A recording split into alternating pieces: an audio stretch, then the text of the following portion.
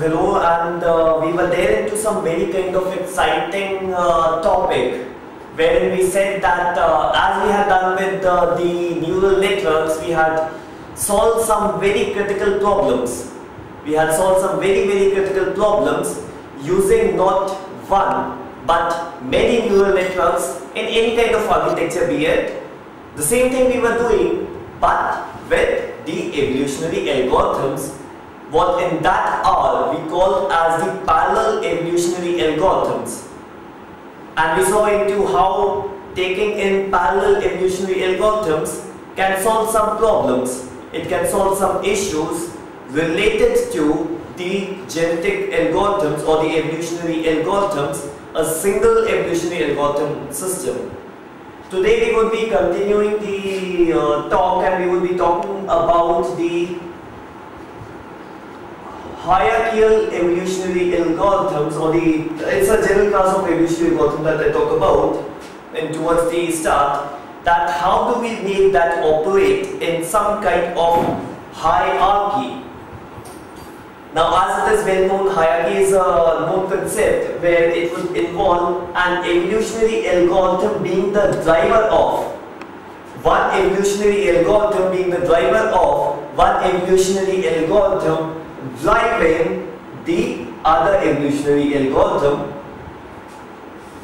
So unlike in the previous hour of study where we had the concept of multiple, where we had the concept of parallel evolutionary algorithms all operating on the same problem, here the two evolutionary algorithms, they do not operate on the same problem, but they operate different characteristics where one genetic algorithm is driving the other genetic algorithm. That is what we normally have, that if I write a loop for I equals to 1 to 10 and another for j equals to 1 to 10, for every taken I there is a complete take of 10 in j, so that is what I am ultimately doing. I am trying to involve them in the same hierarchy, where this is the hierarchy 1 and this is the hierarchy 2. The same thing I am trying to do out with the evolutionary algorithms, wherein I maintain a set of hierarchy. I maintain a set of hierarchy of one above the other. Now the general concept would say that they are not only a evolutionary algorithm over the other, but basically they can be any kind of driving mechanism, driving force. They can be any general kind of driving mechanism, or they can be any one kind of driving force, wherein one force, it drives the other force. Wherein one algorithm, it drives the other algorithm, and of course we know that's an evolutionary algorithm that is to be driven. So that's what is known as the hierarchy of the evolutionary algorithms. We'll start off with something very simple. We'll start off with one of the very standard models, wherein this time we touch in the domain of evolutionary strategies, which will of course in a kind of self-adaptive implementation of a real coded genetic algorithm, where embedding some strategy parameters I could get in some self-adaptation in nature. So we look into something called as a nested evolutionary strategies. So the nested evolutionary strategy, we know that we need to drive in a evolutionary strategy. The first model we use over here is called as a parameter. It will be the parameter optimization. This would be what I will be talking about, the parameter optimization. And what the parameter optimization means, that if I have an evolutionary strategies that is driven by some kind of parameters, so the moment I change in these parameters, this evolutionary strategy changes.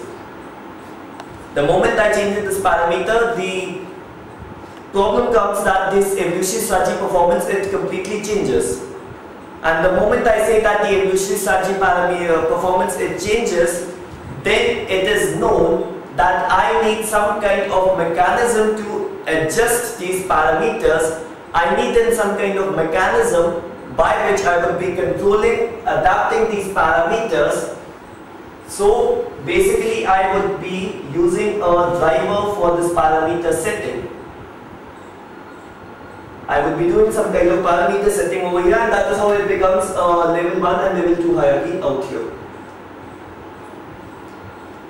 This level is a general evolutionary strategy. This level is a general evolutionary strategy. It has its own parameters. It has its own it has its own recombination, mutation, elite, and the other operators that we got. Of course, may not be an elite in case of evolutionary strategies. It would be the comma plus and the comma operator out over here. So it may be any one of the. So it's a standard evolutionary strategies. What it does is that if I specify some parameter, this evolutionary strategy will give me the performance. So this is nothing but like a function saying it takes in the parameter and it returns you some optimum value that according to it, and there's all the processing out here, it returns you some optimum value as per these parameters. As per these parameters, it tells you what the optimum value is. So once I've got this kind of mechanism, once I've got this kind of architecture, wherein I can calculate the optimum value. Once a parameter is set, I need some mechanism to set this parameter. I need something that will call this function for various parameters. Now the duration of time in which this evolutionary strategy is called as tau, that is the isolation period.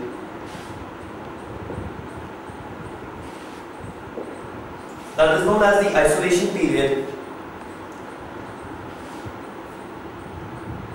So I know that the stopping criterion of this evolutionary strategies is the amount of time by which it is executing, or the number of generations by which this evolutionary strategy executes.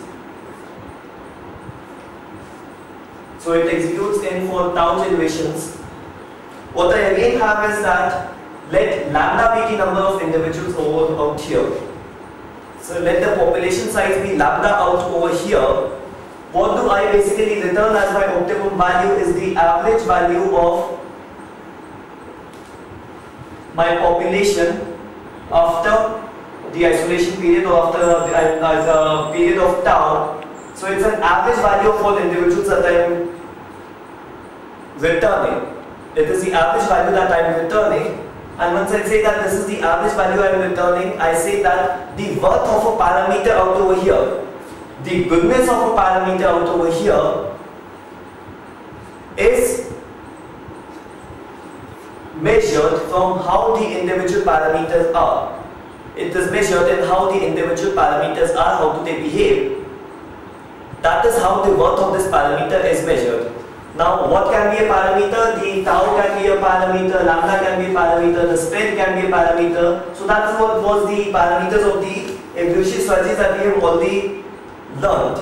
We've already seen that these are the parameters that happen to come in the evolutionary strategies. So now my problem is that I have devised in a function, I have devised in a mechanism by which I can find out how good some parameters of evolutionary strategies are, and the goodness measured by the average value, the goodness measured by the average value of the individual of that evolutionary strategies. I need to devise some mechanism of parameter control, and I say I write down simple rules for it. I write down some simple rules for it. I write down some simple rules that will be able to modify the parameters, some kind of deterministic adaptation by the way that I write down some predefined rules that will have effect of this parameter. So my parameter setting algorithm, all it does is that it has some initial value of parameters. It goes in till a stopping criterion is not met, and it simply calculates what is the worth of these parameters. So that would be what is the worth of these parameters. Now based on these f, it fires in a set of rules based on whatever is this value of f, it calculates these rules, and I get my modified parameter set p. So it's basically seeing how well it performed and it's trying to modify it. So let's say my performance went bad, so I'll try to increase the isolation period by some amount, and so on for all the other parameters. That's what it's used some simple rules. So that is what I've implemented out here, is that I'm trying to control in the parameter setting of this place, and that is what is the first example of the nested evolutionary strategies which do some kind of parameter setting. That is what these algorithms do. They do some kind of parameter setting out over here, wherein one evolutionary strategy parameter is constantly modified till it gets the best parameter setting, and then I can simply run the evolution strategies for these parameters and guess my optimum individual. So that is what happens in case of a nested evolution strategy when I use it for parameter setting. The second example of nested evolution strategies that I will be again using, this time not for parameter setting, this time for a problem that is known as a min-max problem. This time again I will be using in these nested evolution strategies for problems that are known as min-max problem. What the min-max problem are, you minimize for x a function, and that function is nothing but you maximize for y f of xy. These are what is known as the min-max problem. It can be clearly seen there are two problems out here. One is how to maximize this, and the other is for any value of this that you get sometimes in terms of x, how to minimize this. So I will brief you over this problem. It says first, how do you maximize this for any y? You get something in x, and then how do you minimize this for some x? Alternatively, it can be called as a maximum problem. You max for x, you min for y, f of x y. This is what the other variant would say. A maximum problem or a min-max problem. And this is a classic example of where evolution strategies can come into picture, where nested evolution strategies can come into picture. The first evolutionary strategy, it maximizes for y, keeping x constant. It keeps x constant, tries to maximize for y. The other evolutionary strategies operates on this level. It tries to minimize x when you got an equation of x. So this is again like a typical example of nested evolution strategies, where one evolution strategy is like inside the other evolutionary strategies. Where one evolution strategy is completely nested, it's completely inside the other evolution strategy. The inside evolution strategy would make its full optimization. The nested evolution strategy, the inside one would make it full optimization. After that, I will slightly change in the value of x by the outer evolution strategy. Then again, the complete process of the inside nested evolution strategy would take place. So if I have got a maximum of fxy, let me say that maximum of fxy, if this function was called as a g of x over here, if this was a function called as g of x over here, my first task says that I need to calculate this. This is where evolution strategy 1 comes into the picture. This is what it does. It is controlled by an evolution strategy 2, which says that I need to minimize gx. This is where it comes into picture. So it does all optimization keeping x constant. It should be f of xy. It does all computation. X is regarded as constant. It does all computation of y. It gets an equation of x. Then the value of x is changed slightly by this algorithm, and then again this complete evolution starts in terms of y. Again, this value is slightly changed. The change in this value is controlled by evolution strategy 1, and the change in these values is controlled by evolution strategies 2. Evolution strategy, the first one governs this change, and the second one governs this change, and that is how the entire evolution takes place in a min-max problem or a maximum problem. We will take in the third and the last problem, which is known as a mixed integer problem. We will take in this last problem known as the mixed integer problem.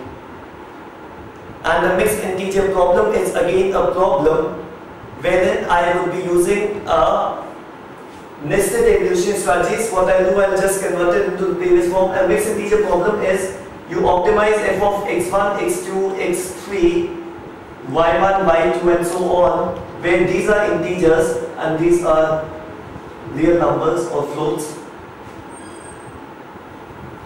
Very common problem that there are some integers and there are some real numbers.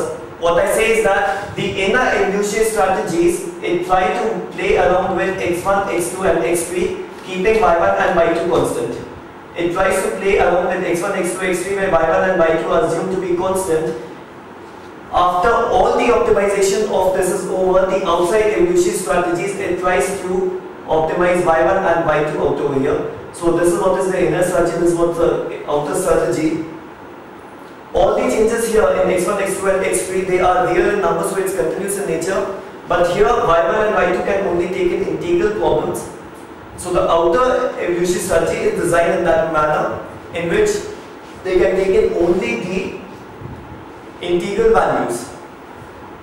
And that's again the same problem that we dealt with. So these are what are the nested evolutionary strategies, again something used for all these kinds of problems.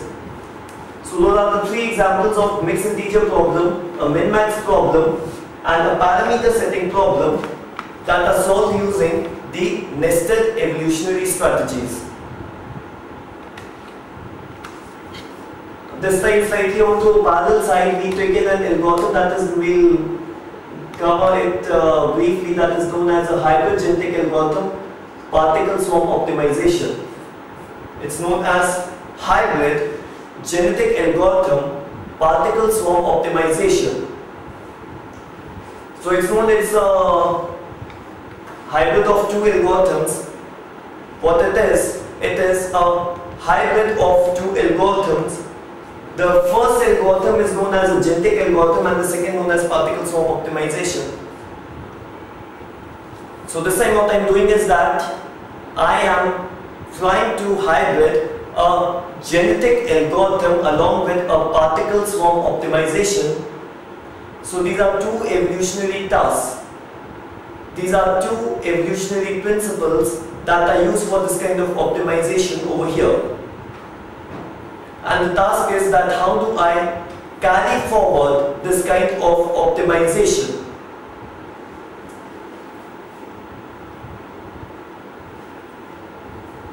So a hybrid genetic algorithm particle swarm optimization, I need to realize what are the good features of genetic algorithm and good features of particle swarm optimization, and naturally what are their limitations. Now the individuals in particle swarm optimization, they always move with a velocity v, which is always restricted by Vmax. So they are much more exploratory in nature, where they are trying to search in their surroundings, where they are trying to go at move slowly towards places which are good, and in this exploration, in this walking, they unveil a good part of the landscape, all in and around their present area of search. They are able to unveil all these good parts of the entire fitness landscape, all in and around the places they are. Genetic algorithm has a lot more crude operators, crossover that mixes two well distinct individuals, generates it somewhere else. Mutation of course may result in some big changes, some small changes. So it has a lot of displacement with itself, where the displacement would be proportional to the diversity in your population.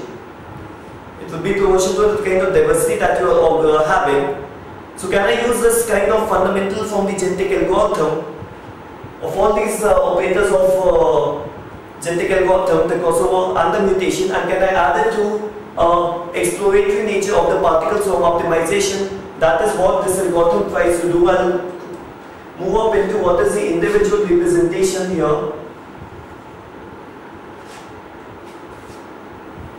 Now I need to do something. I need to do something such that my genetic algorithm, in my evolutionary algorithm individual, an individual of this hybrid genetic algorithm particle swarm optimization an individual of this problem, it can represent both an individual of genetic algorithm and the particles of optimization. So the demands of genetic algorithm would be much less. It would be just this kind of representation where there are some genes over here, x1, x2, x3 up to xn.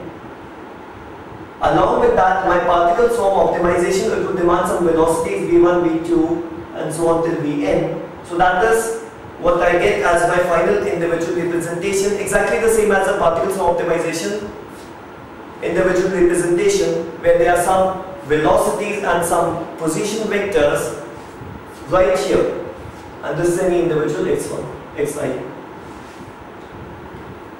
So my first task, like in any genetic algorithm, in any evolutionary approach, my first task is what has been done, and that is I have been able to formulate, I have been able to produce some kind of problem representation technique. I have been able to produce some kind of problem representation technique where my genetic and PSO parameters are all embedded inside the individual. And the next task is simple, that I need to carry forward an evolution over it. So I start off with a conventional genetic algorithm code. I generate initial population, which will be all random values of this individual. I will say that while stopping criterion is not met. I simply say that while stopping criterion is not met. Now I need to generate the next generation of population. Now is the time that I basically need to generate the next generation of population. And how is it that I generate this next generation of population?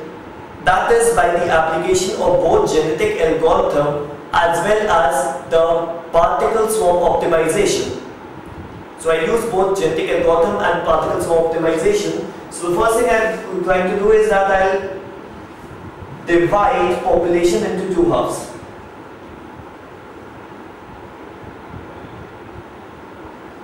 As per their fitness values.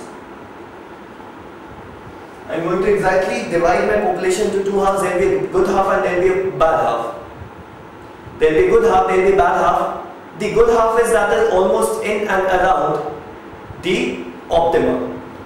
That is almost in and around the global optima, or sometimes the diversity is preserved, multiple of them, one around the global optima and the others around global optima.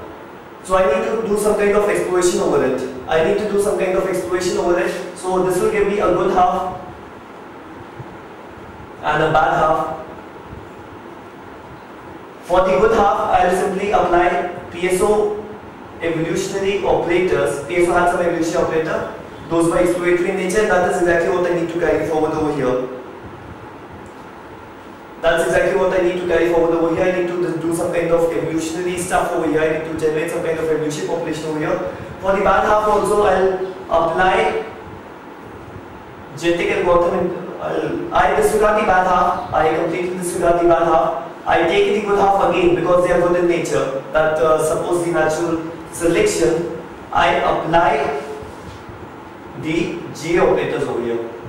So I apply some PSO operators over here, I apply GA operators over here. To the GA operators, I always apply in the PSO operators to make them move around. And once I do this, I apply some kind of PSO operators to move them around. Then is when a generation gets complete, so I will simply measure the fitness and this process continues. So basically the thing is I have applied both in parallel PSO and GA in one generation of the population.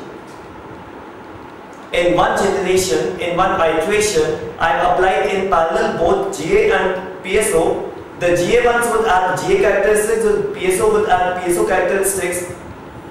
And as a result of the application of GA as well as the PSO, I'll get in good features of both of them. Of course, this is after some kind of selection criterion as well. But towards the end, I'll get in some good characteristics that are contributed by the GA, as well as some very good characteristics that are contributed by the PSO. And that is how this entire algorithm would work, taking in good characteristics from both the GA, the genetic algorithm, as well as the particle swarm optimization algorithm. So we've done into with the tested evolutionary strategies one inside the other. We've done into some kind of this thing, a hybrid genetic algorithm, particle swarm optimization. Similarly, you can make it multiple hybrids. You can make it multiple hybrids. The only thing to realize is what are the good characteristics of both of them and what are the bad characteristics of both of them. And by any chance, if I use an HGAPSO, a hybrid genetic algorithm, particle swarm optimization, for evolution of a neural network, a fixed architecture neural network or a variable architecture neural network, if I use HGAPSO for that, I will get an evolutionary fuzzy inference system, and evolutionary algorithm is again hybrid. So wonderful things that you can do by playing around with the GAs, the EAs, the ANNs and the fuzzy inference system, numerous things that you can do around with. We go into one of our own publications, what we said that this is the fitness landscape. We'll not, okay, this is the fitness landscape. We said that let's apply some kind of GA over it. Of course, it's used for the fitness value. So there were multiple individuals generated out over here.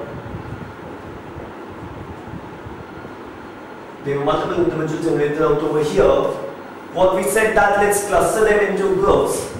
So it became clustered into these kinds of groups, where this was group 1, group 2, group 3, group 4. We cluster them all into groups and let all these groups have their own evolution. So it was a GA4 running out over here, a GA5, 3 running down over here, a GA2 running over here, a GA1 running over here. So we had in multiple times, in multiple GAs running out over here. Now once we have this, all these GA over, let's say with an isolation time of tau each, after all these GAs executed working, we got an idea of how this landscape is, how this landscape is, how this landscape is, how this landscape is. We asked one genetic algorithm that took as the individuals the cluster centers out over here. So if these are 4 GAs, this became the individual 1 of this GA, this became individual 2 of this GA, this became individual 3 of this GA, this became individual 4 of this GA, and we said do something out, crossover mutation. Do some crossover mutation. So as a result, this was gone, these two mutated somewhere around here, crossover somewhere around here, these mutated around here. After this we generated some population randomly over here, randomly over here, randomly over here, randomly over here at these new locations. We again clustered them out into 4 parts that became to be these clusters, and then we again applied some kind of genetic algorithm over it. That is what we call it as the clustering based genetic algorithm, wherein clustering was used as a fundamental. Clustering was used as a fundamental of dividing the individuals in the inner genetic algorithm. Now what this is, it is basically a master slave genetic algorithm. What it is basically, it is a master slave genetic algorithm. What a master slave genetic algorithm is, that there will be a master and there will be a slave. So again the same kind of relationship where I have got GA1 running out over here and a GA2 controlling it. After complete evolution of this, there is a tick of this. The inner outer GA, it had an I1, I2 and so on till IN. This, any individual represented the point in fitness landscape. It represented some point in the fitness landscape around which these individuals should be centric. It represents some kind of point in this landscape. What did I do is that this genetic algorithm was given an individual here. It was given for which individual it needs to calculate the average fitness value of that region. Now that is what is a complex landscape. This genetic algorithm, it generates some I11, some I12, some I13, some I1, M around this individual I1. It generates all these individuals. It carries forward some very small optimization just to compute what is the average landscape of that region. So again, to draw the same diagram, what happened was that initially I had random individuals here into a very complex landscape. I don't draw the curve for simplicity. I generated individuals here. I generated individuals all around here. And I got to know what is the average fitness in these regions. Let me say that the distance had the spread sigma. I know what was the average distance, average fitness, and based on that, I said this is good, this is good, this is very bad, this is again good, this is bad. Based on that, I said all these same way, the good and bad is the measure of the average fitness over there, the average fitness over that landscape. So what do I do is that I carry forward mutation and crossover of these. This produces and the next iteration, and I1 here, I2 over here, I3 over here, I5 over here, and next time it tries to generate these regions. That are much more biased towards the areas where earlier the best kind of individual was recorded. Where the best kind of individual was recorded, kind of studied in all these regions. So that is one thing that we did. That the complex fitness landscape, using the fundamental of clustering, the outer genetic algorithm knew that landscape is complex, but the inner genetic algorithm, it was given in a very small part of the landscape and was asked find out the average fitness of this place. So it had a very small region in the entire complex landscape, and that is what to perfectly assess. And based on its assessment, we try to play around with the various genetic algorithms. The master played around with the various individual genetic algorithms of the master. So that's again one thing that, in the same thing that we said that we extended this work, we said that we can apply a local to global approach. Now all the genetic algorithms, what do they do is that they always try to converge out at some point. We said that can we do the converse and let's see what happens. We at generation 0, the master had 10 individuals. At generation 1 we reduced that to 9, at generation 2 we reduced that to 7, at generation 3 we reduced that to 6 and so on. We kept on reducing the population size and we kept on increasing the spread sigma. We kept on reducing the population size and kept on increasing the spread sigma. So if I1, I2, I3, I4, I5, this is what happens at time 0. At time 2 I have I1, I2 and I3 and I4. These are what they try to do. They try to assess these regions. Next time what happens towards the end, there will be only one individual round about the same place where the global optima is found, and something like this, it tries to assess the entire landscape. So that is what is, I go converse way, not from global to local. That is always the case. Any convention genetic algorithm, it tries to contract the search space always. That is the global to local approach. I take a local to global approach where I expand the search, when I expand my search.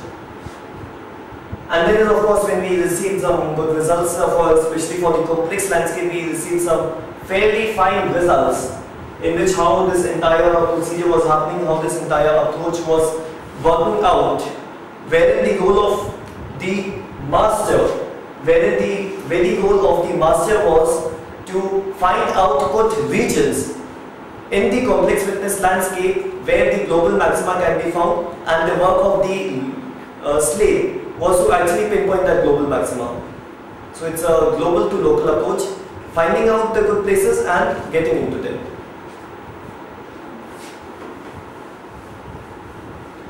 So that is what we deal with. The same thing we did almost the same thing with evolutionary strategies as well, where we implemented a hierarchical evolutionary strategy, which was again on the same approach. We were trying to control sigma, we were trying to control the mean position, and we were doing all that.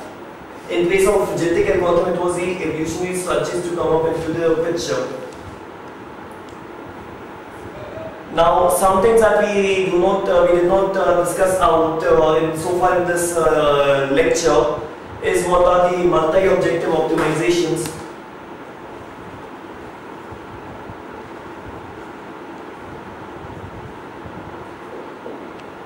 What we always drew was a fitness landscape like this.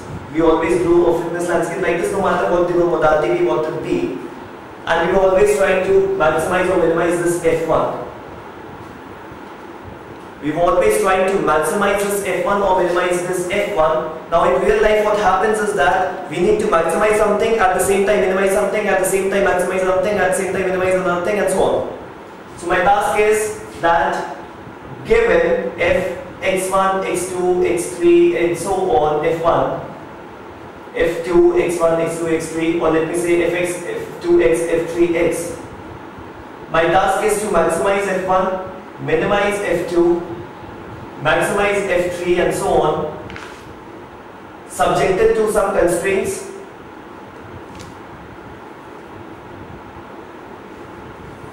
Either less than 0 or greater than 0 or equal to 0, whatever. So based on these constraints, I need to do all these tasks. So I have one objective, two objectives, three objectives to make, and that is what is known as a multi-objective optimization. That is what is known as a multi-objective optimization. So what do I do here? That I do not have one fitness landscape, I have n number of fitness landscapes, one for each objective. One for each objective I have n number of fitness landscapes. So I can really plot the kind of fitness landscape where I plotted all the fitness landscape in one, and then I see what the shape is. Now one of the things that we try to do, we do not try to solve this using any conventional genetic algorithm. We cannot do it. Conventional genetic algorithm would only ask you for one fitness function, it would ask you for multiple fitness functions, and that is why it's not possible.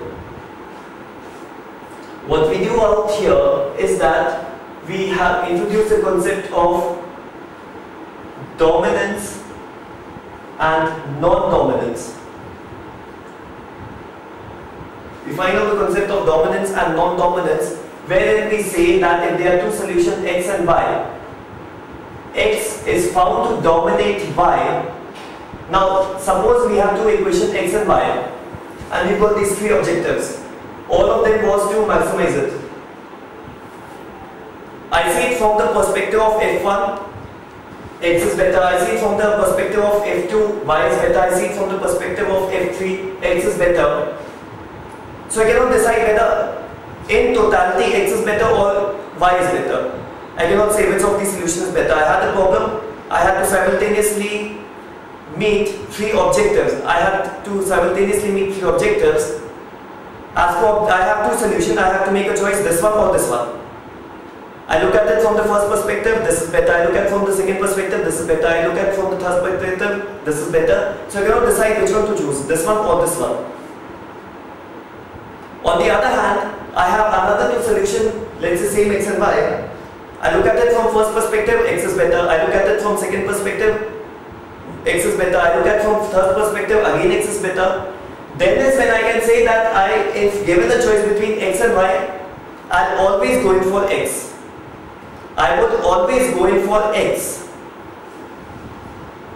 And why do I always go in for x? Because I know that any objective that you measure this up based on any of the objectives, you measure this thing up, always x would come out to be better than y. So I know that when I take x, all the objectives are happy. Then is when I say that x dominates y. If it does not dominate y, then is when I say that x does not dominate y. My multi-objective optimization deals with if I can find out a solution x1, x2, x3 up to xn such that no xi dominates some xj for all I and j is a member of 1 to n, I not equal to j. If I can find out these solutions so that no x dominates, xi dominates by j, and this solution of x1 to xn is what we call as a non-dominated solution. Of course, this is what is a non-dominated solution. This is what we call as a Pareto front. That is what is known as a Pareto front. A front that contains all non-dominated solutions. So what a Pareto front is, if I draw all the objectives in a landscape, if I draw all the objectives in a space, I would get multiple individuals here, all different xi's. I would get x1 here, x2 here, x3 here, and so on. My Pareto front would be something like this, that contains individual only on this line up. I'm assuming that I had to minimize f1 and I had to minimize f2. Now, if had a look from f1, this is better. If look from f2, this is better. And similarly, if look from f1, this is better. If look from f2, this is better. So I cannot decide f1 is better or f2 is better. A front of all non-dominated solutions is known as a Pareto front. The algorithm, of course, there are many one of them. The most frequently used one called as a non-sorted deterministic genetic algorithm, the NSGA. That's what is used. Version normally used is the NSGA2, which is an improvement over the traditional NSGA. That is what we use to get the Pareto front. From this we move on. We go into some kind of evolutionary neural networks. We move into things of evolutionary neural network, where we got as a Pareto, where we got a concept known as a multi-objective neural networks.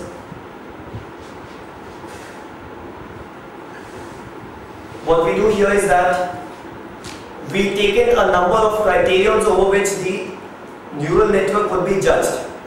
Small size, MASE, MSE, all these different criteria on which a neural network would be judged. These become the objectives, and based on that we carry out the complete evolution using the NSGA2 or any optimization. So towards the end we get the Pareto front, all of different objectives. We get this kind of Pareto front where this is nothing but an ANN, and then this is an ANN. All after this we apply some, we get this Pareto front. After this, the next step is to apply some kind of multi-criterion decision making to select one of these possible ANNs. To select one of these possible ANNs, we apply some kind of multi-criterion decision making, and that we said is the optimal neural network when measured not in terms of one error function, one criterion, but multiple criterions. This is what is the best one of them. Again, one problem normally comes is that when you carry forward the optimization process in any multi-objective problems, after very few generations you get in a Pareto front, all become non-dominated. That problem is solved using the many objective neural network, where what these people try to do is that they try to rescale, realign the fitness functions, move it around so that the solutions still stay dominated, and I do not get non-dominated solutions very early. We'll of course not deal into all of these, we will not deal at all with these. The last thing, the last kind of hybrid system that I believe got left away is the rule extraction of artificial neural network. That is the last point we would be studying out in the domain of hybrid systems. What is the rule extraction out of artificial neural networks? Now we know towards the end, artificial neural networks are weights and biases, architecture, activation functions, but we understand nothing out of it. We understand completely nothing out of it. You do not know if it produces a result, how did it produce that result? You completely do not know that. On the other hand, the fuzzy inference systems, they are a collection of rules. You can note down what rules fire, to what degree did they fire, what was their meaning, what was their symbolic meaning, what was their importance, and all these things. So the complete system is there as an understandable set of rules. So we say is that, can we link an ANN and convert it into a fuzzy inference system rule base? Can we extract out some kind of rules from an ANN, so that ANN is no more a black box that you cannot understand. So that the complete ANN that you have is not a black box. Rather, this complete ANN that you have is much more understandable in terms of the rules. You can always extract out rules from it. You can always extract out some good things from it. So can we do this thing? Can we extract out rules from an artificial neural network? And this extraction of rules from the artificial neural network would give us a very good functionality wherein we'll get in power to understand our rules. So that is what ultimately is a rule extraction of neural network. Of course, we will not do, we will not study it as a part of this curriculum, quite a sophisticated field in itself. The only thing to be sure is that only a trained neural network can give you good rules. After training, the neural network extracts out some rules, some trends, some patterns. Now, if it's trained, then only you can extract the rules out. If it's untrained, it's a random neural network that does not convey importance. Secondly, how many rules to extract? A very fundamental question. How many rules do we extract out? Now, in any system, if you've got a large chunk of rules, it will be understandable. Plus, the importance of a single rule would decrease. It will be understandable. You would not be able to make out how are they affecting out the system. It will be completely understandable. If there are too few, your rules may not be good enough. If you measure the accuracy of those rules, those may not be good enough. Again, something like undertraining, overtraining and ideal training. So the number of rules that you extract need to be fair enough that you understand the system as well as that they have high accuracies as well. Very too many rules would give you some very good system, but it would be more or less like a lookup table that you made between the available inputs and outputs that the neural network picture. And that would be again be some heavy lines of rules that are not useful for you. Too less would mean that the rules again do not convey all the trends that your system possesses. The trends, it tries to make in two global trends that are not existing in the system, that are not viewable in the system. So again, you need to be very sure about the kind of rules that you are extracting out on this rule extraction out of artificial neural network. So with this, we completely end the theoretical domain. We completely come to an end to what are the tools, what are the techniques, what are the fundamentals of soft computing, what are the pillars on which it stands. We touched about a lot of hybrid computing stuff as well, where different techniques combine, where different techniques can be fused, and all these lovely things that we do. Next, we'll probably touch up a couple of applications where we'll try to appreciate what is the relevance of these tools, what is the relevance of these techniques, because ultimately we know that we need to solve in some applications over which these tools would be useful. So what are these applications, how are they solved? That is what we come from the next hour onwards. That is what we come towards the next hour onwards into the application domain of the course.